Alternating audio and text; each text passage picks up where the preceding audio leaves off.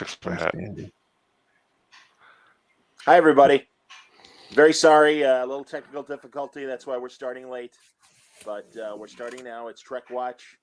We're going to talk about DS9. We're going to talk about Andor. Of course, the Trek Lower Decks was about DS9. Talk about Andor. We'll talk about Quantum Leap. And, of course, She-Hulk. Johnny here. We got Francis. We got Mitch. We got Wayne. Let's start with DS9. And I'll tell you guys, I was surprised. I still think the previous week was a better episode. But I have to say, as I let this episode digest, this was another good episode for this season. You're going to be surprised to hear this, but I liked it. It seemed more like a Trek. These last 2 weeks have seemed more like Trek episodes than anything on Lower Decks ever has been. Yeah. No, I agree. There's just something about it. I really love the opening with them sort of going around the pylons, just keep going around the pylons. See, but that was funny. It was funny, and especially with the music. Yeah, right. You're going back to the opening, and you're going. That was the opening. Was it just me, or was the effects on the ship really good in the beginning? Like so much, it was like quality, like the live action show when they showed the Cerritos zooming in to Deep Space Nine. I think that was the whole point. Yeah. No, but they turned up the graphics on that ship. I was like, this looks like a model. It was so crisp and clean. So. Oh yeah, no, the rendering was really good. Is my mic volume better now, guys? Yeah, I can hear you. A little bit, yeah. Okay, I turned it down. If I need to turn it down more, I will. No, I think it's good. Okay. Yeah. No, that was honestly, literally, both the exteriors and the interiors of DS9 were among the best things about the episode. They really took their time to make it look like DS9, and also the writing. It felt like a DS9 episode in the best way. Not only did it feel like a DS9 episode, but it felt like a good Lower Decks episode because they took the time to make the jokes work. That flying around, just fly around again, was funny because it makes sense in the Trek episode in DS9 in Lower Decks. It wasn't that look at me, I'm funny. That was genuinely funny because they used the elements of Deep Space Nine. They used the elements of Star Trek, and it was funny. Absolutely. And like Dabo, of course Dabo you wouldn't be fixed, and Boimler just goes off and keeps winning and winning. And of course, go ahead. No, I liked how their security guy knew Kira, and so they had a whole backstory. Because I said before, like it was fun to find out some more history of these characters after 2-3 years, and then we did it with Rutherford last week, and now this week you find out that he and Kira knew each other during the Kardashian War. So and that was clever. Francis, that's fine. I agree. I do think they went to the well a few too many times with, wait, I owe you because you saw me here. No, I owe you, and it's like. All right, that was cute the first 5 times, but you guys went for about 15. Right. But and again, minor quibbles. And wasn't it interesting? I don't know how you guys felt, but it really felt like Armin Shimmerman had kind of forgotten how to do the Quark voice at times. A couple times I didn't think it was him. I was like, is that him? I had to double check. I'm like, doesn't sound like him. So me neither. Yeah, it was very strange that way. But that said, maybe he forgot the teeth. Yeah, maybe he didn't have the prosthetics in. Yeah, I was thinking that maybe that's what it is. The prosthetics does make a difference with the speech because I've seen them in the Trek Vegas when they used to dress. Well, Armin didn't, but when Odo. No, not Odo. Max, brother. Max, Rom. Max who plays Rom when he put the teeth in, and when Aaron put the teeth in to play Nog, oh my God, the speech changes. Huh. Interesting. Well. Again, who's to say? But I honestly, also the alien race is that great same race where we first go to the Gamma Quadrant at the beginning of season 3, or I should say, the follow-up, because obviously the last episode of the second season they go to the Gamma Quadrant, but the first negotiations to find out who the founders are with that same race that was in I didn't realize that episode. Yeah, and their name is escaping me right now. The Cameron, something like that. I think it's something like that. And James Cromwell played one of the guys, not in the first time we see them, but in that great episode where something happens on the Defiant and Sisko has a concussion, and Worf has to take command, and Bashir and Jadzia are stuck like in a bulkhead or in a trapped room somewhere, and Quark is with James Cromwell as this Karamar, and there's a torpedo that's like sticking in in the mess hall or wherever they are, and they got to defuse it. And it's a great episode. But yeah, like they say that this race is the first one that Quark has managed to make negotiations with for Tula Berry wine, ironically, and that's why it was great to bring them back.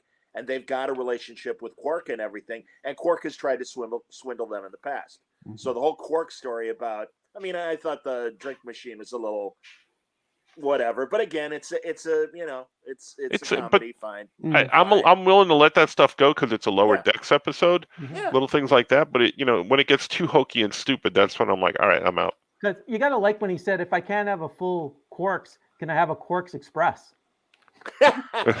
Right. Well, and I didn't realize, I was watching Nitpicking Nerd, who's he's this Eastern European guy who does the best reviews. And he pointed out, and I had forgotten, that when Picard, when they go to Space Vegas, that Cloud City or whatever the hell it was called, Free Cloud, there's a whole like landscape of like shiny lights and everything. There's a Quarks in that. And then, of course, last season on Lower Decks, they were in a space station where there was a Quarks. And they kind of established that, yeah, Quarks franchised and making a ton of money of franchising the bar. And I think that's cute. So Chris says that he read that Armin did use the teeth when he did the voice. Yeah. I always find, and I don't know if you guys do, but sometimes when you hear a live action actor do animation voice, and especially if it's a guest or whatever, sometimes it sounds faster than their usual delivery. And I don't know if that was, or there's just a level of like, and it harkens back to bad animation from the 70s and 80s of, hey, we got to talk like this. It did sound sped up. It did, because I've seen him on Seinfeld when he was the jockey. Remember, he was with Kramer. He sounded like Quark. That was always his giveaway. I'm like, oh, that's Quark, because you could hear his voice, even though he wasn't wearing the makeup. Well, you also got to remember that it's been how many years since DS9? No. Yeah. He just did a convention. The fellow that does all my Terrificon videos, he just recorded one of them, and Armin was at a show, and I watched the Q&A. He still sounded like Quark. He was on the stage with the mic, so it was definitely sped up, because that's what I was thinking too. Like, this is a little faster than Quark used to talk, but maybe they tweaked it a little bit or something. So I don't know. And also, Mitch, I appreciate it. You sent a link to a Screen Rant article about the episode, and they're like, oh, what a missed opportunity. They could have gotten into Section 31 and Bashir and what's going on now. And it's like, okay, first of all, these are 20 minutes long. Yeah. And it had plenty of story for 20 minutes. And secondly, and then they're like, and I always hate when these articles do this. It drives me nuts. Well, if they're going to go back to Section 31 with Michelle Yeoh as Giorgio, they better bring Bashir back. And it's like, no, wrong century. Yeah. No, Bashir's 100 years in the future. If Giorgio's going back to, the original Discovery time period, who knows? Maybe they're not going to do that. But regardless, it's like, relax. We got plenty. Yeah. We got plenty. And I'm the first nitpicker, but I'm like, this was good. No, I did start to try to figure out where all the other cast was. I'm like, oh, wait a minute. Miles went home. Right. Odo, of course, went back with his people, and Cisco's gone. I'm like, well, who else could? Garrett maybe the only one. Worf is back on. He's Rom is the head Nagus. Yeah. Right. And so what happened to Dax? Is with Rom. Yeah. And where'd Dax go? They didn't say what happened to Bashir or Ezri. I mean, in the novels, they're still they were part of Starfleet, and in fact, do end up doing some Section 31 Cloak and Dagger stuff in the novel continuity. Yeah. But regardless, it's like, yeah, all right, whatever. Well, because I was trying to think how many years had passed since DS9 went off when this show took place, this episode. So I'm like, because she was Colonel Kira, she was in charge of the station. So I'm like, in continuity, it could have been a year or two after we last saw them all. So, or it could, but also, based on the uniforms, I would think it's no earlier than the flashbacks we get in Picard season 1. Pardon me, where Picard is still with Starfleet and Raffi is his first officer, and that's 5 years before the first season of Picard. So I would still say it's like 15 or 20 years after. But we did get Morn. He was at the Morn was there. Great. Yeah, absolutely. I didn't mind the Rutherford Tendi Orion thing. I think that got silly, but it was fine for what it was. I mean, no, and I even liked Marinara's story with their girlfriend going to meet the ladies. I'm And, telling you guys, yeah. this was for me the worst, of the space shows, and it's really notching itself up above the Orville right now. So, There you go. Got to get that Orville. Well, maybe you need to start making candles and say your intentions. yeah, Get through Exactly. but that sucks up all the oxygen in the room, so I don't know how safe I I'd saw be. that. And also, I liked how instead of it was a dark and stormy night, it was a dark and stormy Stardate 5847.1 or whatever. No, it was good, and yeah, I really thought it was great seeing. I mean, that's the thing; they can't get everybody back because there is a budget. Okay, great. So they get, and it seems like maybe 2 guest stars is the maximum because you had Troy and Riker in the first episode of second season. Yeah, that's good. No, I think, and again, Quark and Kira are the logical ones to still be at DS9. It worked fine. I like the promenade joke when they said, "Oh, look at this! We'll go walk around. There's nothing here but a tailor and something else. There's no shops on this thing." I was like, "That's true." Well, when he went up to go hang his legs he off, went to hang his feet over the side. I did find him a little annoying. Like everything he said, ho, hey, ho, hey, and I was like, all right, we get it.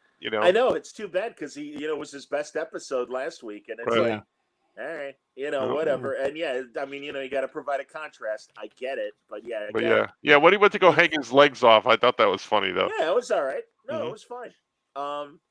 Yeah, and again, Jesus, the interiors looked amazing. They had the baseball. They had the baseball in Cisco's office. It was perfect. Yep. I read an article that Mike McMahon said he really wanted to establish Lower Deck's own, universe or whatever before really dipping into a lot of the stuff that they're finally doing now. And that's fine. I mean, again, I love it. I hope they will do more. Well, they got Strange New Worlds coming up, don't they? Yeah, but that's in the past. I was going to say I would like to see them do more in terms. I mean, it took place in the Discovery era, the original Discovery era. I would like to see them explore where the 25th century. I guess Picard is supposed to be the start of the 25th century. Yeah, I just want to know what everybody's doing now. And God, even the plot with the plot with the Karama is really, again, classic DS9. All right, we're doing a negotiation with an alien race, and we're doing it on DS9. Mm-hmm. Good, great. And then, again, the rooms looked amazing. So, no, I got to say, it was, with very small nitpicks, I thought it was a terrific episode. Shocking. And I would say of the 6 they've done, or 7 they've done, 6 so far, or 7? I think 6. 6. Okay. Yeah, I'd say they're 3 for 6. Well, isn't it funny how short these reviews are when we like the episode? Yeah, I know. As opposed to when we don't. Now, isn't it funny when I say, "Hey, they're 2 for 2," and then we'll hear, "Oh, we'll see." Yeah, well, you won't see it first. I was ready and for that's it. Fine. Yeah, and yeah, I was just busy, and I'm like, I said, I mean, because they did. I'm like, initially, I'm like, all right, it was decent, and then I really thought about it, and I'm like, no, actually, it was very good. Again, they hit all the right DS9 notes, which is what you want.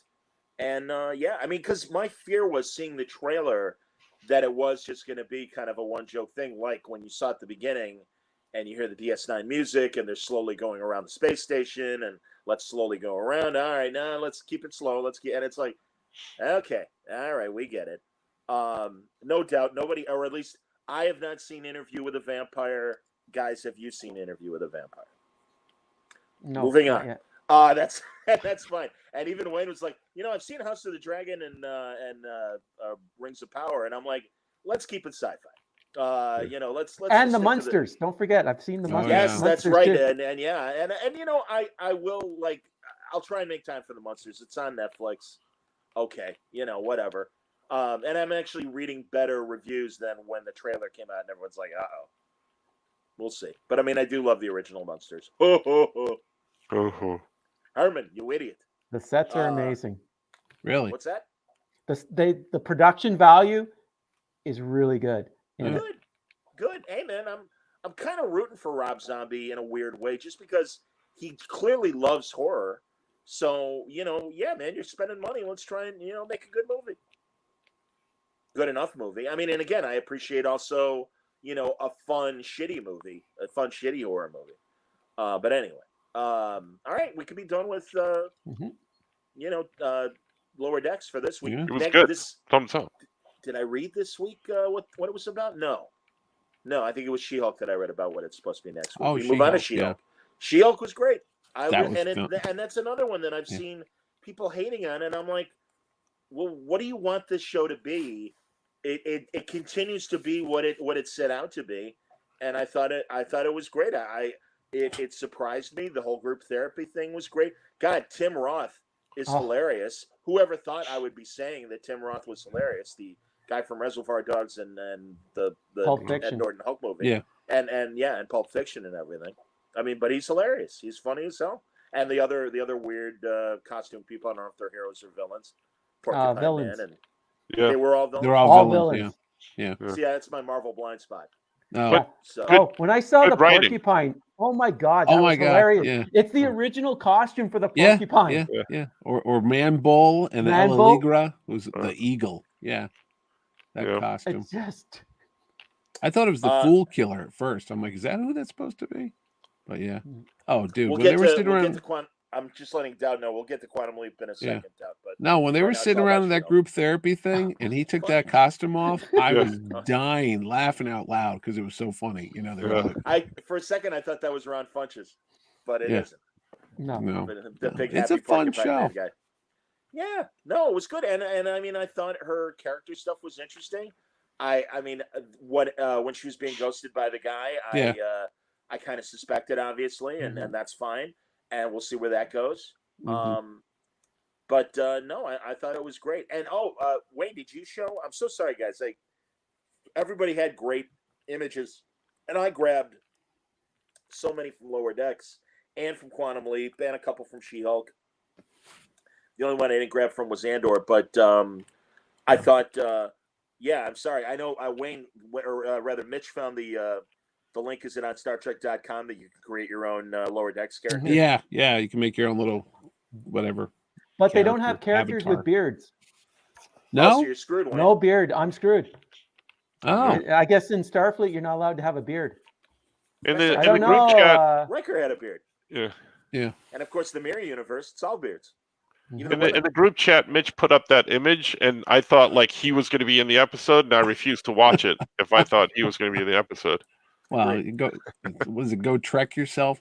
But why they didn't put that out on Star Trek Day is beyond me. It's like, guys, that would have been a good promotional thing to get people talking about, or hashtag Star Trek. Maybe it wasn't ready. I don't know. Oh, maybe. I don't know. But it's funny because I saw another Star Trek fan posted on Twitter, and I said, well, if I were to be a Star Trek character, I would look like that guy from the Futurama Star Trek episode, Welshie, that replaced Scotty. Wow. That was the big fat guy that kind of looked like Scotty, but not really. Welshie. Welshie. And he spoke with a Gaelic accent. It was it's like, oh, okay. It's like, yeah, Duhan didn't want to do the conventions anymore, so we got Welshie. I liked in She-Hulk the codependency between Manbull and the Matador guy. It's just hilarious. Again, and the costumes were funny, and the guys were really funny.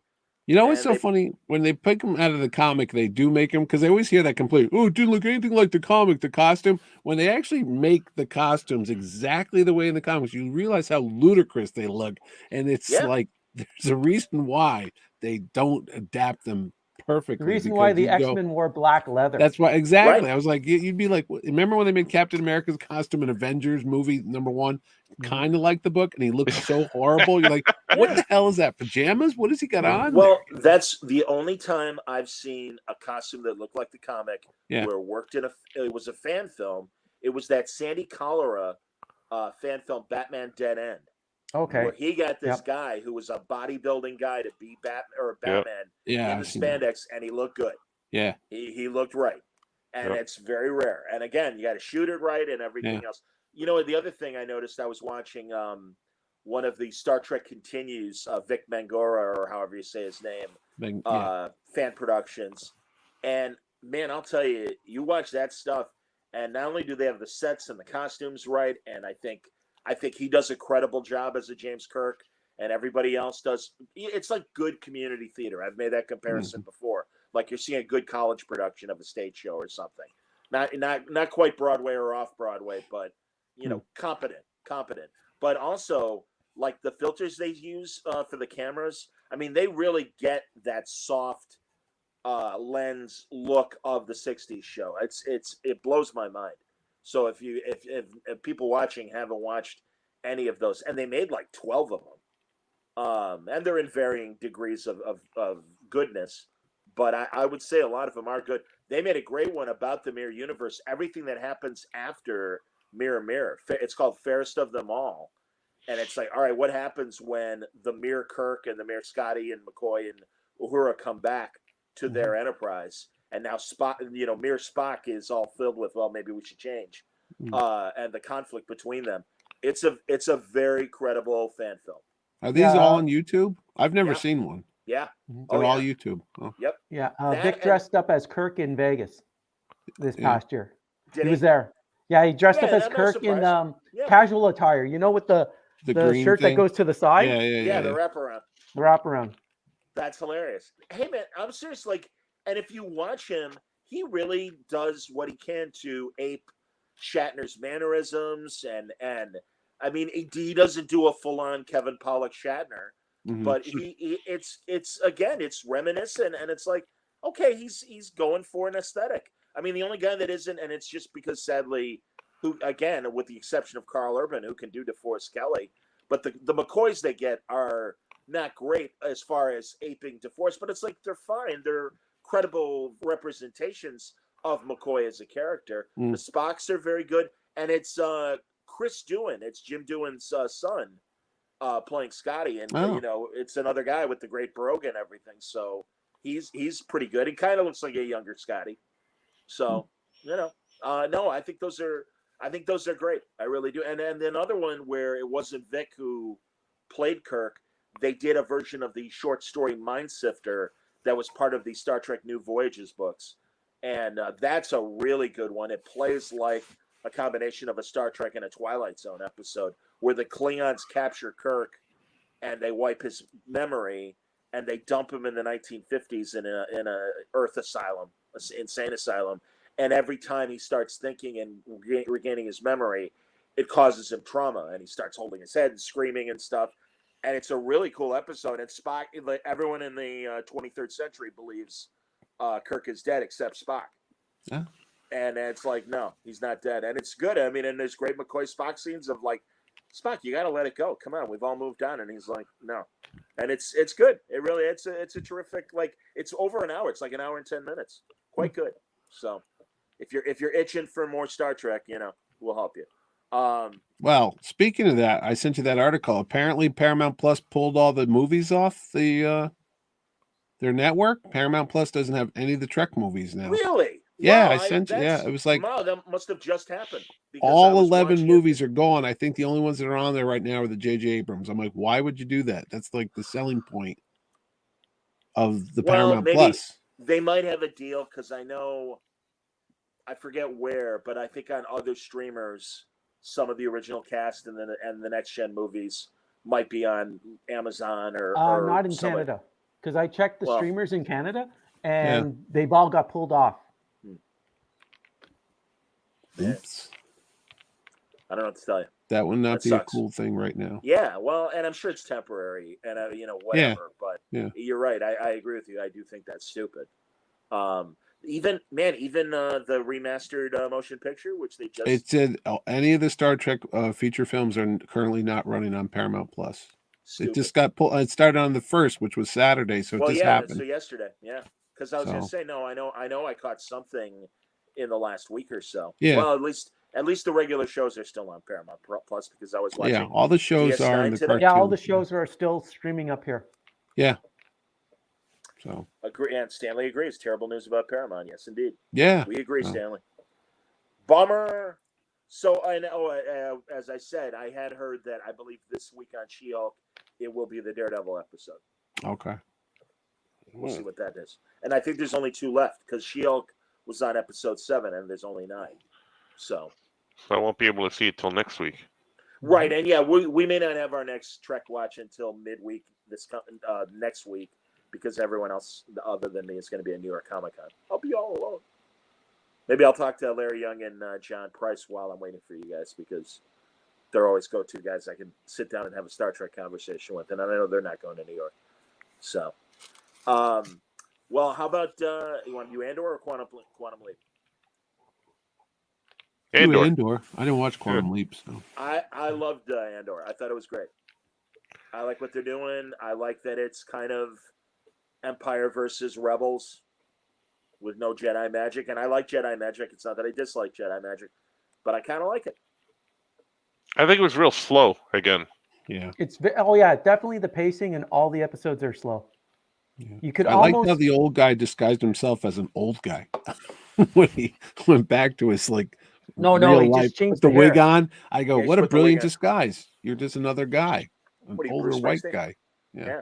No, I hear you. I agree. I know. First when he had the hot towel on his face, I'm like, what are you getting shaved? What are you doing? That's what I thought it was going to be freaky if he becomes the emperor. I'm like, what's happening? Because they just show the robes and the thing. They didn't show his face. I go, is this going to be one of those oh my god, it's really one of the Empire guys. He's just a double agent. That's what I thought they were going with. And then when he just put the wig on, it's like, hey, you want to buy this for your husband? He should have put like a Rip Torn accent and just went totally flamboyant. That would have freaked nobody would have guessed he was part of the rebel. Rip Taylor. Rip Taylor. Throwing confetti everywhere. Exactly. Hello, welcome to Coruscant. You'll love this for your husband. I got this thing for you. It was made by Darth Vader. Oh Lord, Rip Taylor actually wasn't he in coma? He actually was a serious actor at one point. So I believe I don't know. He did it. You mean Rip Torn? He did a Monkeys Rip Torn episode. was in coma. Yeah. Okay. Rip Taylor was the guy. Difference. He was the match game guy. It was like, hey. Right. Yeah, the wig. The wig. Yeah, kept on moving. He didn't move it all the time. Yeah. The $1.98 beauty pageant was Rip Taylor's game show. Yeah. He had the pockets of confetti that he would throw all over the place. That's back when we could just have entertainers. They really didn't do anything, but they would show up on Johnny Carson and all the talk show circuits, and you're like, what exactly does he do? And you're like, I don't know, but he's he's funny. I like how Mitch gets Rip Torn, Rip Taylor, and Richard Simmons mixed up all the time. I like that. Oh, don't forget Rip Hunter, because I know he traveled through time at one point. And Dash Rip Rock, of course. And yes, they're all the same person. Yes. And Jeffrey Hunter, Rip Hunter. No one knows about that. And don't forget Tab Hunter. Tab Hunter was there too. Yeah. And of course, Fred Dreyer in the 80s show Hunter. Hunter, yeah. And then there was the great movie Night of the Rip Hunter. That was the Steve McQueen movie, The Hunter. Exactly. Then there was Night of the Comet. We could go down this wormhole all you want. We could go that. And then Captain Comet, of course. Yeah. With 8, you get 2 comets. Forget, if that you're was going a good Captain movie. Comet, Henry Fonda, Captain Carrot. Captain Carrot. Yeah. This is Star Trek Watch Telephone. Everybody, where the message keeps changing as each person speaks. Lucille Ball, Henry Fonda. Yeah, getting back to Andor. I guess. I think they're fine. I just think they're moving really slow, and I'm like, can't you just condense this into like one movie for 2 hours or something like that? What's going on if here? it was a 2-hour movie, at this point you'd be into the first 40 minutes? Because I think of that sometimes, like how long is this? Because you know what else was announced that made me think of this as well? Because they announced that Armor Wars is not going to be a TV series; it's going to be a movie now, with Don Cheadle and et al. Whoever. And I'm thinking, so how many episodes did they have this slated for? That you're going to go and turn this into a movie? Yeah, like. Could you could have done that with Andor as well, because this thing is dragging ass. I like the story. I want to see where it's going, but it's dragging ass for me. It's like 4 episodes in, I'm like, you could have condensed this into the first 40 minutes or an hour of the movie already. When Mon Mothma's at her house yelling at her husband about a dinner party and how he set the room up, I'm like, wow, I would have cut this scene out. I don't know, man. It reminds me of the complaints about Ad Astra, the Brad Pitt astronaut movie. People thought it was slow. I'm enjoying Andor. I think it's not as intense as I felt watching Ad Astra, but I don't know. I'm compelled. I mean, and again, I totally hear what you guys are saying. The pacing isn't bothering me. I think it'll pick up once we find out what they want Cassian for. Yeah. Well, they want him to steal something. They want him to steal something, but when they get to that heist, I think that's when it's really going to pick up. Yeah. I got to tell you, there's something Larry Hama criticized it too, because Larry's a gun nut, and I'm not. But I picked up at those guns that the rebels had were basically like American World War II guns. I'm like, you guys didn't even try to put some like pipes and weird shit to hide it a little bit. It was like interesting. It was totally like I can't think of the movie, but it was weird. Like We Are Eagles Dare. It was the same gun. I was like, I know they use real guns and they just kind of mock it up to give it that feel, but this was just like they didn't even try on this one. Interesting. And some of the characters, I got to tell you, I didn't know who was who for a minute. They were like sitting there with this like rebel force that they met out. I in the love woods. that. But they're walking up this mountain, which again, Franco said it took like 5 minutes. I felt like I was walking with them. I was like, okay, I get it. They're going up a hill. I was getting tired. Yeah, I was. I was like, I'm sorry, I was confused. I thought for a second you were talking about the Empire's room of advisors. I like that scene. White. Oh, the bureaucracy of it all. Oh my God, did it remind me of work? Yeah. That's another reason I didn't like it. I was like, I'm in a meeting. I'm in a staff meeting right now. Oh, wow, it was like acid flashbacks to those sick meetings that you had. Oh my God, yeah. The conference room, they're all wearing the white shirts with the things. I'm like, oh my God, they're all the same person. That's very ironic because the head guy, the British guy, he reminded me of Inspector Fenwick from the Dudley Do-Right cartoons. It seems the rebels are just trying to procure some finances. I don't believe it's anything bigger than that. Yeah. When he pronounced that, I caught on that when he pronounced issues. Yeah, the staff meeting got me. And then when they're going up the mountain, I was like getting winded. I'm like, come on. How long is this going to take? He goes, what's your name going to be? Nobody knows who he is anyway. Clem. But why does he have to just I'm going to go by Clem. No, Andor, he's a wanted man. Yeah. Okay. They say it all the time. He's killed 2 guys. No, he's on record. All he's got to do is shave and call himself Clem, and that's all it took. I was like, so much for call facial recognition. Clem. And also, I'm sorry, Diego Luna. What's your name, Clem? Yeah, sure it is. Why don't you call yourself? I'm Billy Bob. Hello. How you doing? Where'd that come from? He was just clearing his throat. He meant to say phlegm. I got some Clem. Phlegm. His name is Phlegm. What do you want to go by? Geraldine. You got a problem with that? No, it's okay. Whatever. Exactly. I'm into it, man. And meanwhile, the guy's putting that white wig on. I would have picked a different name if I knew I had to climb this mountain. Yeah. Did you like when he was in the mirror? Once he put his outfit on, Skarsgård, I can't think of the character. Once he put the outfit on, he starts doing the like gestures, like, let me do the, ooh, that's so beautiful. And he's like rehearsing, and then he goes out, and I'm like, okay. It's all body language. People pick up on that. I know.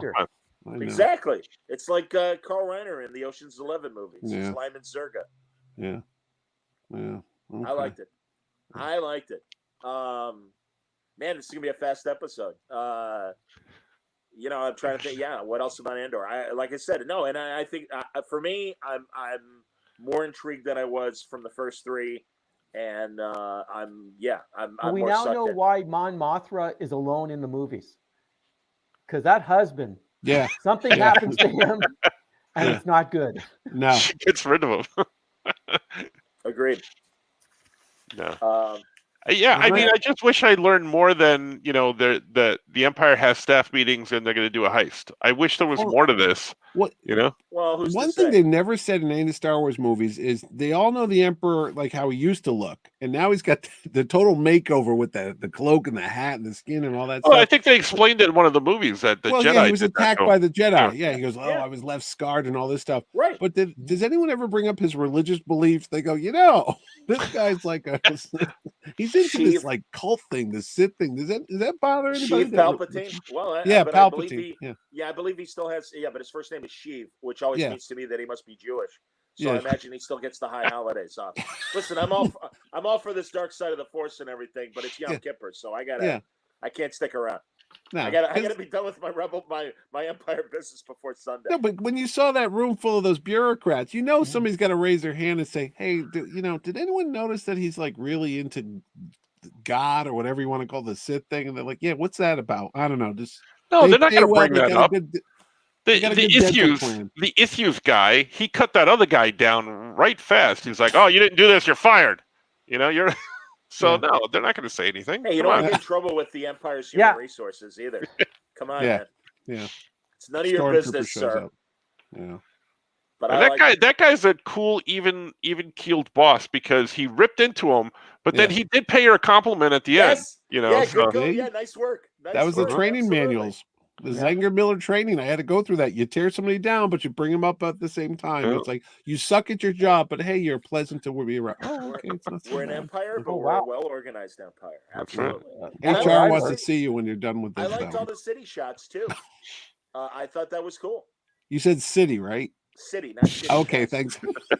For a minute, I was like, "What show were you shots, watching? That blonde shots. movie with Ana de Armas?" Because I watched that one. I haven't finished it, but man, I'm sorry that it's as raw as it is. I respect why it's as raw as it is, but yeah, and also I have to say, I mean, I think she is beguiling to say the least. But I'm not buying her as Marilyn Monroe. See, I said the same thing too, because you could do a lot with makeup and everything, but the whole time I'm watching, I go, that's Ana de Armas. Not once did I think she was. Maybe watching with the volume turned down. No, oh please, there's that too. But she's gorgeous. I'll give you that. But I'm just saying, it looked like the Elvis movie. The kid, for a couple of times, I know he didn't look like Elvis, but I bought into it. I'm like, yeah, okay, that's Elvis. Oh no, Scott Snyder and I talked about the Elvis movie, and because he's a massive Elvis fan.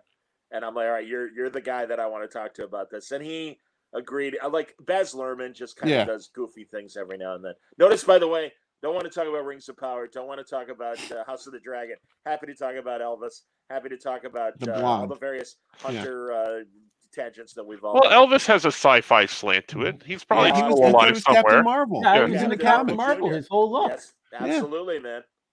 Come on, man. Can you make me look like Mac Raboy? Come on, Shazam, man. Who doesn't want to? Ana de Armas. She was Blade Runner. She was in James Bond. She's like she's a cult figure. She's our Sigourney Weaver. She played Roberto Duran's wife in Hands of Stone, the De Niro Hands of Stone. Knives Out. Roberto Duran movie. Yeah, she's great. No, I'm a big fan. She's really not good as Marilyn Monroe. Yeah, I was looking forward to this, and I got to say, so far, I'm like, I haven't finished it. I don't know. Did you see the one with Ashley Judd? Yes. Years ago. Yeah. And what's her face? Norma and Maryland or something like that. What was it called? Yeah, and Ashley Judd played young Marilyn. Mira Sorvino played older Marilyn. Yeah. Mm-hmm. Yeah. Talking about. I know we're getting off topic, but talk about someone who didn't look like Marilyn Monroe was Mira Sorvino in that movie. Like I thought Ashley Judd looked more like why didn't they just make her Marilyn Monroe? Yeah. Like she was great as Norma Jean, the look and everything, but and especially that Playboy in front of the red velvet. Right. But then when they got to Marilyn Monroe, I was like, whoa, that was like a big shock, like as a difference, you know? Yeah. But and Mira Sorvino's very lovely. It's just, but like I'm like it just doesn't work. The total different look just threw me. Threw me out of that movie. Johnny, did you get to the part where she married Joe DiMaggio? No. Spoiler. I didn't know that happened. No, the guy that played in the Ant-Man movies. What's his name? With the dark hair. He was the cop. Paul Rudd. Oh yeah, but Bobby Cannavale. Yeah. Yeah, he plays Joe DiMaggio. Yes. But I was like, my Joe D doesn't take his belt off and start slapping around. So let's do some fan casting. Who would have been Arthur Miller? That's a good question. Who would make a good Arthur Miller? That's a very good. Seth Rogen.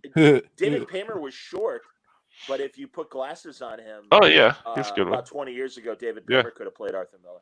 You know who would have? Robert Crumb. Robert Crumb. A younger Robert Crumb could play Arthur Miller. That's hilarious. Yeah. Can I jump on your back, Marilyn, and get a ride? No, I remember it was the Crumb documentary that I watched. Sure, Terry Zwigoff. Yeah. And you could see him as I get it. Miller. I get it. Absolutely. I get. Oh, actually, I think Bradley Whitford could pull it off with the right haircut. I think today's Bradley Whitford could play Arthur Miller. Yeah, I've watched a million Arthur Miller interviews over the years. Yeah, I like Bradley Whitford a lot, actually. Me too. Yeah, he's in The Handmaid's Tale, and I had to stop watching that because it was so freaking depressing. Really? I had to stop watching it. I never saw it. I couldn't do it. You know, it's not a happy. It's a great series, but what's that? Wait.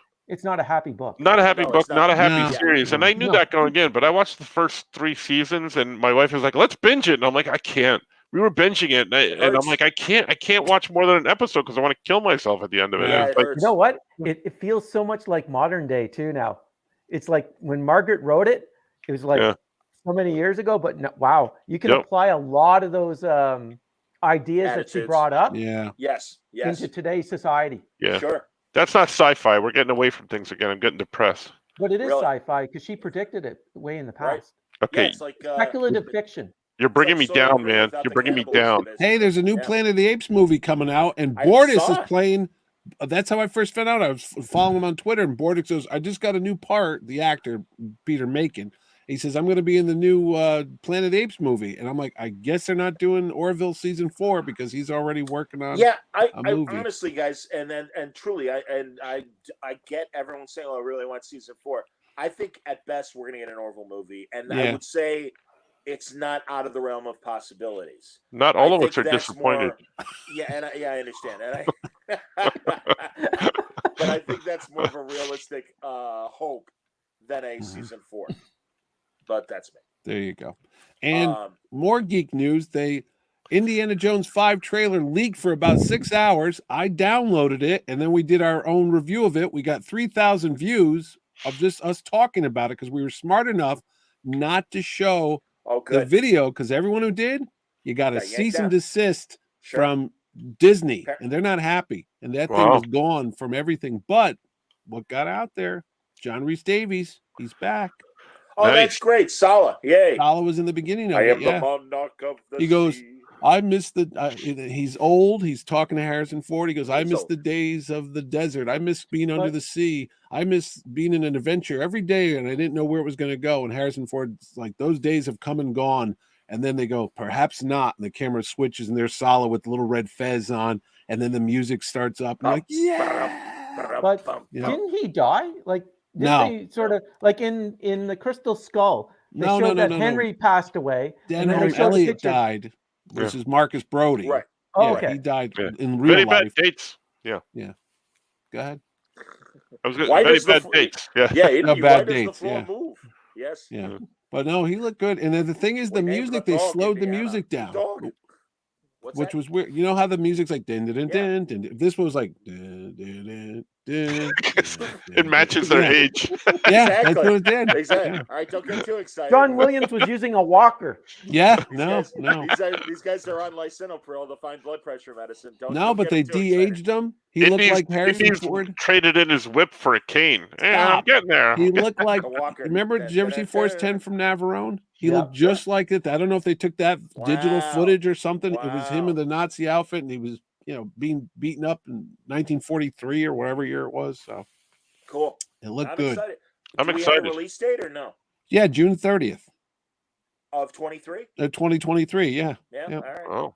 And the girl that's in Fleabag plays his goddaughter, because at the end of the commercial, the trailer, they go, "Who is this man?" And he goes, "I'm her godfather." And then he takes his whip out, and all of a sudden a room is full of like 30 guys all pull guns and machine guns on him, and he just looks at them all, and he's like, "Ah," and he just runs out the other way. So it was like the classic. Again, he doesn't run; he has his walker. Is she one of the writers on the movie? Oh no, that wasn't she one of the writers on the Bond movie?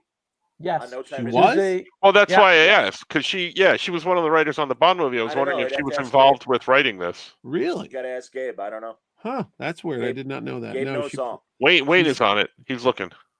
She plays his goddaughter, and Mads Mikkelsen, who's in Rogue One and a bunch of other stuff. Yeah. And James Bond, he was in Casino Royale. I like Mads Mikkelsen he's a lot. He's the bad German guy who's now part of the space program, because they show like the astronauts coming back, and Indiana Jones is in the parade, through New York at the Canyon of Heroes, and he's riding a horse through the entire celebration. So it was fun to see. Yeah. So it's definitely 1969. So we know that. Cool. The writing credits are Jez Butterworth and John Henry Butterworth. The Butterworths, ladies and gentlemen. Butterworths and James Mangold did the screenplay. Yes, James Mangold. That makes sense. Directed, obviously. But that's it. No, Phoebe didn't get a writing credit. Yeah. I didn't know if she was involved. I asked because I know that she's a writer, and she did the Bond movie. She's a great writer. Yeah. I love her writing. Oh yeah, no, Fleabag's amazing. Doubt, no offense, man. Rookie Feds, wrong show. Watch another show. Watch another show. Rookie Feds. Rookie Feds is a new police procedural, and of course, The Rookie. I like that show, but the Rookie as well is back with a new episode. Had a new episode apparently but also there's a new series called Rookie Feds. Gotcha. And not to be That's a confused spin-off. with The Rookies from the early 70s. Or Fez from 70s show. Right. Well, that's Rookie Fez. Or opposed to the Rookie Fez that you wear, like Doctor Who. Or Doctor Who. yes, Or yes. Sala. It's Or all SWAT. Exactly. You remember SWAT? SWAT was a Yes. good show. Yeah, Hondo. Yeah. Steve Forrest. Yeah. Steve Forrest, Mark Shera, Robert Urich, T.J. That's right, McKay. Robert Urich. Vegas. I remember Vegas and Spencer for Hire. Dan Tana, baby. I figured since we were going to go off on tangents, might as well go. Hawk was on. That's right. Before DS9. There's our DS9 connection right there. Your DS9 connection. Stanley wants to know if anyone's excited for Avatar 2. I have to confess, not really. Oh, God, no. I'm not excited for the next 4. Yeah, no kidding. Exactly. I didn't like the first one. I didn't like the first one. I'm not going to watch the other 3. Pocahontas in space. Yeah. Well, I thought it was Dances with Wolves in space, but sure. Yeah. Same thing. But yeah. I mean, it was a 3D effect. That's what we all went to see. My kids wanted to see it, and there's a couple of scenes where the little puffballs were like floating like snow. But other than that, we never watched it again. It's the best 3D movie you'll ever see is Avatar, and that's it. I've never rewatched Avatar. Yep. Nope. Never. Nope. No words. I mean, good if luck. you go to Disney World, the ride they have, they built this whole whatever that place was called, Pandora. Unbelievable. The sets and everything. The rides are great. That's it. Once you go, you're like, okay, I don't want any of the merchandise. Let's get the hell out of here. But the ride's good. Okay. Oh yeah, and the ride is always busy. Oh, is it? Yeah. It's packed. But the movie sucked. We'll see how it does. I mean, it's James Cameron, and usually the man knows what he's doing. We'll see. Does he though? Because when you start having sex with horsetails, that's where I draw the line. Fern Gully in space. Yeah, Deb thought it was Fern Gully in space. I respect that. All right, Quantum Leap, and I'm sorry Mitch hasn't seen it. Mitch, I'm telling, and again, you never watched it. No. Catch up by next week.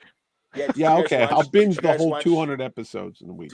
Again, all you have to watch it like I watched it. And you're fine. I liked it. I liked it better than the first episode. Or I liked it. You know, it's going well, moving well. I like the intrigue that they're putting that underlying story. What does Ben know? And my speculation is that point, that location that they showed on the map. Yes, that's where Sam is. Probably. I kind of guessed that as well. Yeah. Yeah. And also, did you guys recognize who Ernie Hudson's character is? He's from the original series as well. Is he? Yeah. Yes. Yeah. You got to help me out. I'm not very familiar with you. I mean, I saw it, but yeah. They call him. His nickname is Magic, and he was in Vietnam. And there was a 2-parter where Sam leaps into himself, but as a kid, and his older brother is about to go to Vietnam and everything. And his dad's, he knows in 5 years his dad's going to die of a heart attack. So he tries to get his dad to like change his diet and, eat healthier and stuff. And he's just bumming out that he can't change anything. And I was like, Sam, you're home with your family. Enjoy this. And I think it was probably a Thanksgiving episode and everything. But so the second part, he ends up as another infantryman in Vietnam with his brother. And he leaps into a black guy named Magic, and it is that guy. Okay. It is Ernie Hudson's character. Oh wow! And yeah, so and they say obviously, and again, you guys have seen the new episodes. Magic knew Al and Al's wife and Al's daughter. Mm-hmm. So I'm interested in seeing them fill in the blanks of how this guy that Sam leaped into ended up part of the Quantum Leap project. Because I mean that's all. Do they know that they've been leapt into? I forget. That's what I'm unclear of, because I do remember the Lee Harvey Oswald episode where they're always kept in the waiting room, other than the one guy who escaped, and half the episode was Al chasing this guy down to bring him back to the waiting room so Sam could properly leap and everything. And that was a really cool episode. And it really was like Dean Stockwell as Hunter, back to Fred Dwyer. No, I think they mostly were just kept in the waiting room and didn't know what was going on, or they would, like, I remember Oswald seeing Sam's face in a reflection and freaking out about that, and I think I remember other guys seeing that as well, and like, what the hell's going on? I don't think there's a waiting room in this series. Right? Yeah, I know. So I'm not sure. I'm not exactly sure. Because they have to go into the computer records to find out what needs to be done, more or less. Well, and also we have yet to see the people that Ben has leapt into, what's happening to them while Ben is in their bodies. So I'm not really sure. But that said, I really think they're following the formula quite well. And God, the episode about the Atlantis space shuttle, I thought was fantastic. I thought everything they did, it looked like the space shuttle. The exterior shots of the space shuttle were great special effects. No, the only problem I had with it was the Canadarm would not fail. Wow. We put a lot of effort into that. Yes, you did. But I do love that. That was our contribution. Yes, it was. I'm aware. In fact, I forget what either a documentary series about the space program or some Canadian thing about how when Canadian news talks about the space shuttle, they're always like, the NASA space shuttle with its Canadian retractable arm. And it's like, yeah, no, it's don't get me. Oh, no, not Canadian, Canadarm. There you go, Canadarm. Absolutely. Get the term right. Hey, how you doing, hey? Hey, we got to grab that thing, hey? You know what? You know how we figured that out when we couldn't reach the top shelf and get the Labatt that was like stuck in the back, eh? So we came up with a mechanical arm. We're like, hey, call NASA. I think we got something, eh? That arm can open a stubby with no problem. Wait, you can tell me to go fuck myself for my not canceling. A problem. Canada's now gonna cancel me. Yeah, screw him, eh? You know I love the Canadians, man. From Ken Finkelman to Dave Thomas and Rick Moranis, for God's sake. So, this is interesting. Doubt says, my only new Quantum Leap gripes are where's the waiting room from the first series and what happened to, I don't remember who Verbena Weeks is. Explain, Doubt. And by the way, when he said the leap at the end was a little far-fetched, I don't know what you mean, because if you mean the guy he leaped into, well, they did a boxing episode in Quantum Leap in the original one, so I'm not worried about that. Yeah, it didn't bother me. I don't know. Again, I thought he leapt into Rosa Parks, didn't he? I want to say yes. Yeah, I remember. I vaguely remember that episode. Yeah, I want to say yes as well. I know Marilyn Monroe figured in one episode. Elvis figured in one episode. In fact, he leapt in Elvis. Oh. So yeah, you got that, Mitch. You can watch that one. That was in the last season. That was in the final season. Sam, you're Elvis Presley. Come on. But we don't get the oh boy. I know. That sucks. Yeah, that's the one thing. Because every time Sam leaps into somebody, it's like, oh boy. Oh boy. Yeah. His catchphrase. Yep. Good stuff. No, I'm genuinely enjoying. I mean, it's a reason for me to look forward to Monday Night Network Television, NBC. I'm like, oh yeah, Quantum Leap. Is that show La Brea? That's NBC, right? Yes, it is. Yeah. That's still on. But the people that got stuck into the hole. Oh no, they ran a shit ton of promos for it on Quantum Leap. I caught the first episode, the first season, but I'm like, oh, this might be interesting enough, and I never went back. Supposedly, Verbena Weeks was who was always the person they name called on the show with the people Sam leapt into. I don't know if that's like code for the screenwriters calling whoever he limps into Verbena Weeks, but whatever. A little too inside, Doubt, didn't know. And he meant the space jump from. He thought literally the leap from the shuttle to the Mir space station was a little far-fetched. Oh, come on. Sandra Bullock did it in... Gravity. Matt Damon. Yeah. Matt Damon and the astronauts. So, no. That's right. Sorry. Yeah, but did they really do it on that flight of the Atlantis in real life? Did they? I don't know. That's what I'm asking. All right, fair. I don't think they did. Yeah, and Doubt's right. I mean, yeah, they kind of, as opposed to Ben saying, oh, boy, he in the first one, it was, and then, he said shit, but they cut to a different camera angle. So you never actually saw him say, oh, shit. But whatever. I mean, that's like Tilly swearing on Discovery. It's like, yeah, fuck. They swear on Andor now. Yeah, I know. The guy said shit. I was like, really? Come on. Should be Bantha Poo-Poo. I've been rereading the 50-Year Mission, and it is so great to read Rick Berman and the other writers say things like, well, it was the 24th century. We didn't want to do 20th century slang. And they're like, the big thing was we always wanted to make sure there was a good science fiction problem in every episode. And I'm like, right. Because that's Star Trek. Go ahead, Mitch. You were going to say something. No, I was going to say you mentioned Rick Berman because this week I went back and I watched Coma, which has nothing to do with anything, but it's from the. It's a good movie. It's Rip from the Taylor's 70s. in Coma, isn't he? Who? Like Rip Taylor's in Coma. No. But Tom Selleck, the whole thing, Michael Crichton directed all this stuff. Yeah. But I bring this up because the star of that movie, Javier Bujold, the original Janeway. Yeah. She was the first Janeway, and my buddy's like, "Oh, you never saw the footage of that?" I go, "Oh, I thought she got fired." He goes, "No, there's footage," and I went and looked on YouTube, and there she is doing her line delivery, very different from Kate Mulgrew, like totally like robotic almost. Very quiet. Like she doesn't know what she's saying, type of thing. Like, put the deflector shields on, and Mr. Sulu, we need to go to the warp 1. Like, there's no urgency.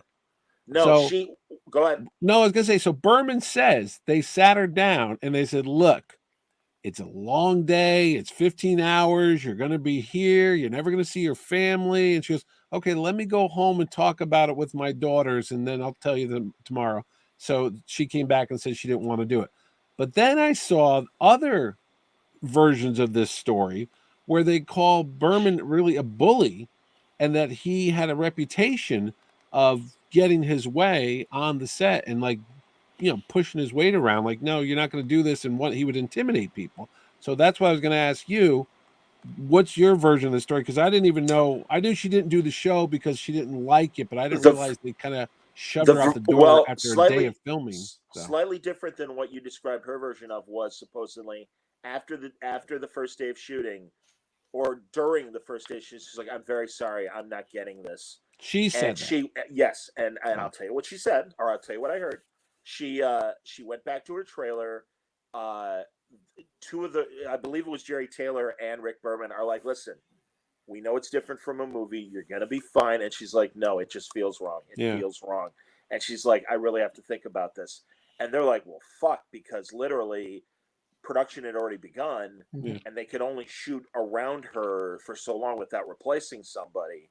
And Kate Mulgrew was kind of already their second choice anyway, and they got Kate Mulgrew. But yeah, I've seen that footage as well, and she's just, I mean, she's a great actress. I mean, I really love her. From what I understood and read over the years, is she was very used to a slower pace of a movie set. Because then you do take after take, and on the TV, it's like it's a weekly episodic thing. You're on the move. You're going. You're getting it down. You're moving on because you have another script to get to next week. Right, and this is back in the 26 episodes a season era, and man, no, you're right. Like 8 days on one episode, you're late.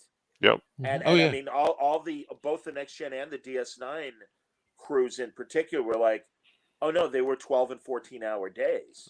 And even worse if you were in the makeup chair and like Odo or Quark or whomever.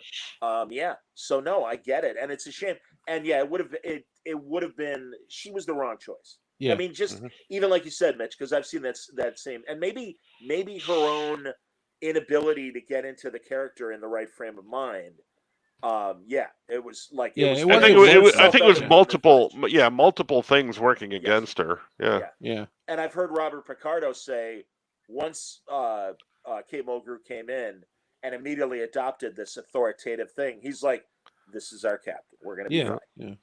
No, because I never had heard anybody speak bad of Rick Berman until I watched a couple. And again, it's the internet, so you don't know what the fuck's real. Well, but a couple of these videos, they were saying he had the reputation of like, don't fuck with him because it's his way. Or you're out. Oh, and the writers, it's like you could not change a single word. Let's say if you said "the" instead of "an," they'd have to say, "Oh, can we get this approved?" Really? Or else, like every word you had to speak every word that's on in the script. You cannot deviate from it at all. The writers had total control. But by the same token, for the longest time, especially when Roddenberry was still alive, writers could not, like if they came to the set, it's like, "What are you doing here? Get back to the Hart Building and write." And I honestly, Mitch, I would recommend those 50-Year Mission books. The second book is the one about more from the Next Generation to the production planning of Discovery. That's how far they got before they published the book. But Altman and Roger Reeves, I believe, was the second writer on that.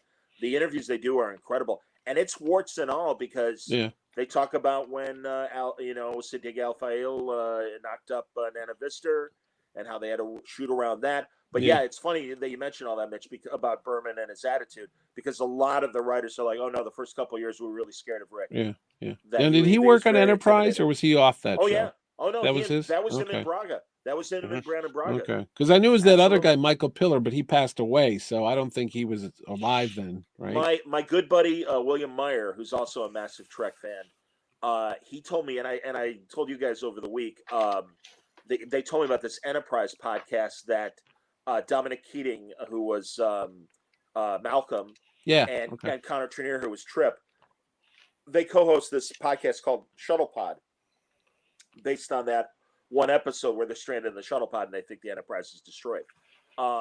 They interview everyone, and it's mostly an Enterprise focused podcast. And they had a two-parter with Berman, and it was really, really interesting. Really? And even Berman, I think, has said and has kind of mellowed as far as his attitude, and even looks back and is kind of like, yeah, I was a little tough. But you got to give him credit, because he really, when Roddenberry passed away, he's the guy who's like, no, this was Gene's show, and Gene had these rules, and we're going to adhere to Gene's rules as best as we can. Some of them were ridiculous, like Gene's like, well, in the 23rd century, conflict is gone, and everybody gets along as far as Earth and it's like, well, if you take away conflict, then you don't have any story. There's no story, exactly. But and also, it was a very strict edict, no references to the old, or very few references to the old show. And it wasn't until season 3 of Next Gen when we got the Sarek episode. And then I was just reading now about after unification, the Nimoy two-parter, then things really loosened up because they saw how well it worked. And I was just reading about Relics, the Scotty episode, and how well that worked and everything. And so it is interesting. And I wonder about New Trek, if, what they think of some of these shows. But as I said, what really I found interesting was, well, every story certainly needed to have a credible science fiction element to it, and it's like, why don't you talk to the new guys about that? Was he dead? Was he dead by then? By the time Relics and all those came around, was Roddenberry gone? Roddenberry died. Was it? It was. I know they had the tribute to him in the unification episode, and I believe he died during that. So that was season 5. Yeah. Okay. And it was. And it was right before Undiscovered Country came out. Yeah, because that was the other thing. They wanted the Nimoy thing to tie into Undiscovered Country, and that's why. No, I remember that. Subplot. Yeah. But but they did say that even during the second, there's that great documentary that might be on Tubi or Pluto or some of the streamers that have ads that Shatner made. It's called Chaos on the Bridge, and it really talks about the first 2 seasons. Mm-hmm. And and I know that Roddenberry's lawyer was really his proxy as far as being there as a supervising producer, which was ridiculous. And he was even rewriting scripts, which technically was against the rules for him to do as far as the Writers Guild and stuff like that. But Roddenberry was a boozer, and he did drugs, and even the last year or two when he was still alive, he was in a wheelchair and stuff. Yeah, I know. He was messed up. So but it is interesting. Some of the great episodes that apparently, even when Gene was still alive, they'd let Gene know, and he's like, oh, I don't like that. And it would turn out to be like one of the best episodes of the 2nd or 3rd season. Not Measure of the Man, but, you'd be surprised. It's something like Ron Moore, I forget specifically one of his really good season 4 episodes. And it's like, when they first told Gene about it, he was against it. But, well, they told the Klingon Empire, when they told those stories, were just amazing. And the political intrigue and infighting among the houses. Right. Well, and again, apparently they King Sport Cow. Maybe you can listen to the conversation instead of asking, are you still talking about Star Trek? Yeah, we are. Sorry, man. What the hell? But I love that. Oh, is that what you're doing? Yeah, we are. You can rewind to the Rip Torn parts if you want. Yeah, exactly. That was the highlight of my day. Or Rip Taylor being in coma. Anyway, I lost my train of thought, but no, I agree with you, man. Ron Moore is an exceptional writer. Oh, and he also said a lot of the things that they couldn't do on Trek, ultimately they did do on Battlestar Galactica. I was going to say Ron Moore in Battlestar Galactica was just amazing. That's one of my favorite TV shows, sci-fi TV shows ever. I got Valerie into watching science fiction through Galactica. Like, she couldn't care less about science fiction. But Galactica was just something I said, you got to watch this, especially the 33-minute episode. Well, every 33 minutes where they had to jump. Yep. It just grabs you. And like, what would you do in a situation like that where your life is on the line and that you might even have to leave people behind? Yes. If they can't make the FTL. Yep. So yeah, King Sport Cal, for She-Hulk and Quantum Leap stuff, we did it. It's sometimes we wrap back, but we've been talking for an hour and 5 minutes. So we kind of already. Sometimes we do that. We'll talk about the shows. We like them all. I mean, that's the thing. We're on a happy mood today. But we like all the shows. We kind of wrap. Maybe that's why he was confused. We're halfway through. He goes, "You're still talking about the show." Yeah. So usually when we run out of things, it ends up being more, because again, the show is called Trek Watch.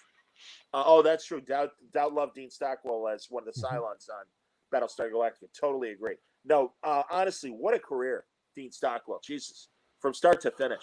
I mean, he was a great kid actor. I've never seen it. It was on one of the cable channels, but they show old movies. This 1959 movie he made with Orson Welles. It's called Compulsion, and it's a take on the Leopold and Loeb, the two college students that kill a guy from the 1920s. Yeah. And Orson Welles plays the lawyer, but Stockwell's one of the kids, and I'm really curious to see it because it's kind of late teen, early 20s Dean Stockwell, as opposed to frizzy-haired Dean from the Columbos that he did. And of course, Quantum Leap. And don't forget Dune. Dune. That's what I was going to say. I remember from Dune as the Doctor.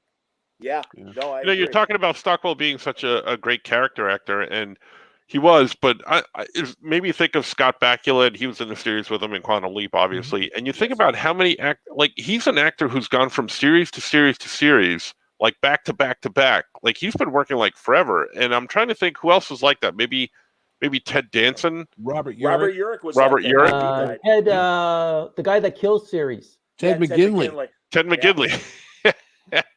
He goes from series to series to series to kill them. That's not true though, because he's on for a couple of years before they die. Well, that's true. On the case of both Happy Days and Married with Children, it was more than a year.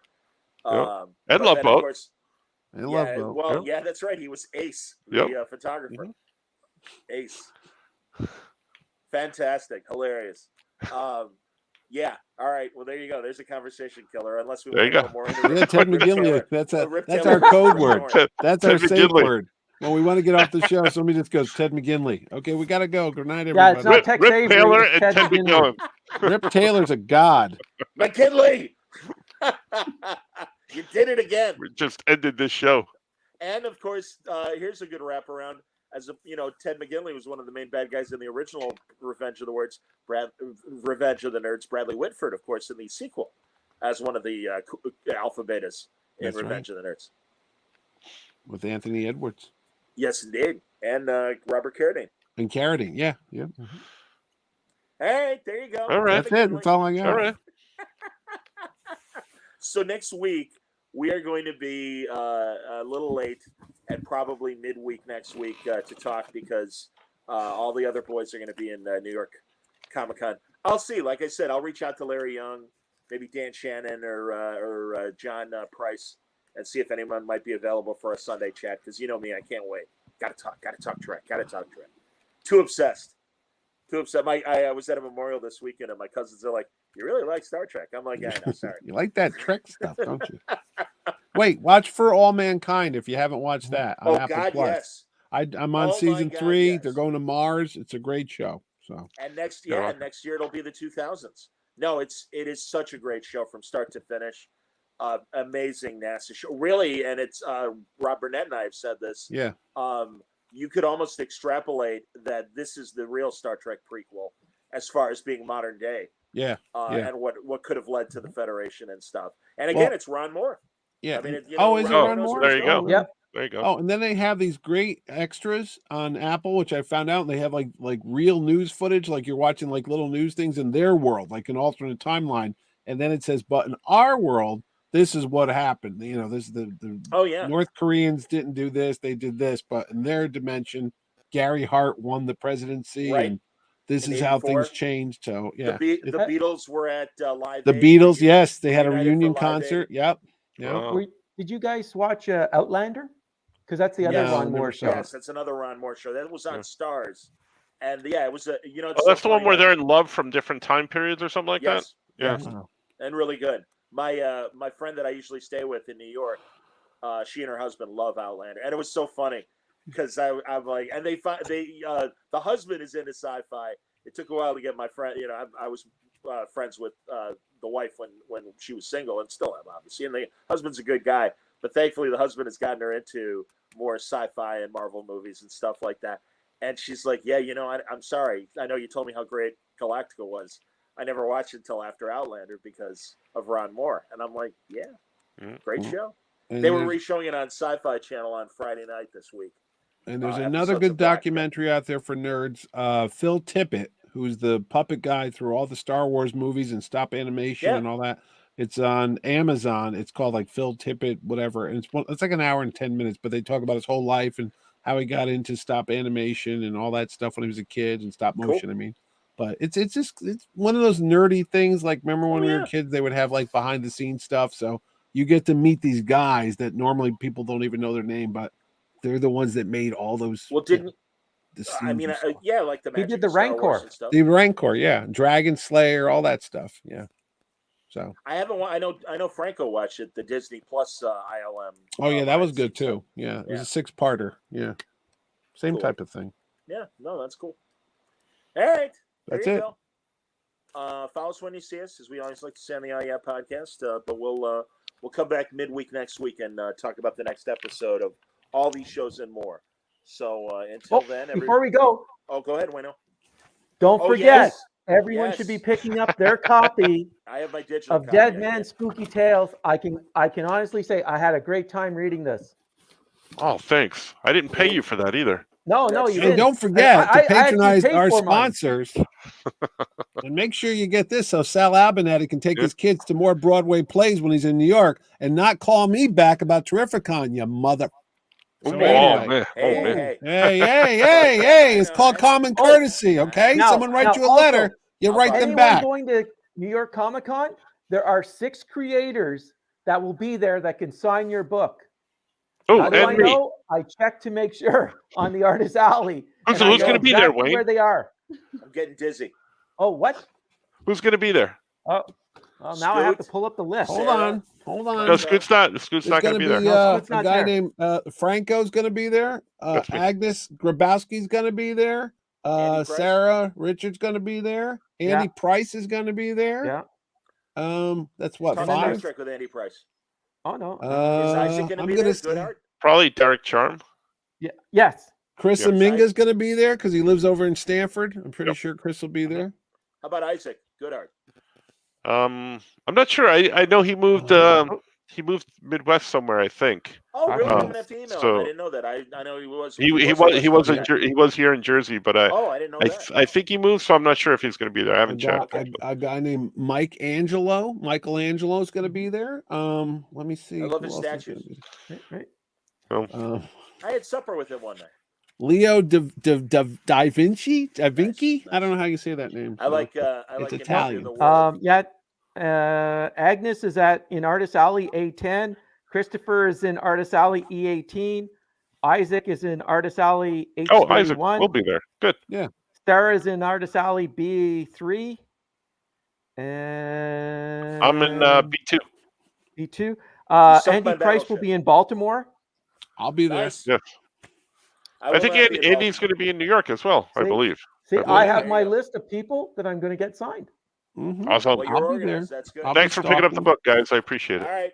Well done. Yes. Wait, you're not going to pay me the $10 I paid for this? All right. Thank you, everybody, for watching. You paid 10. I paid 20. All right. Well, that's Canadian. Stay safe.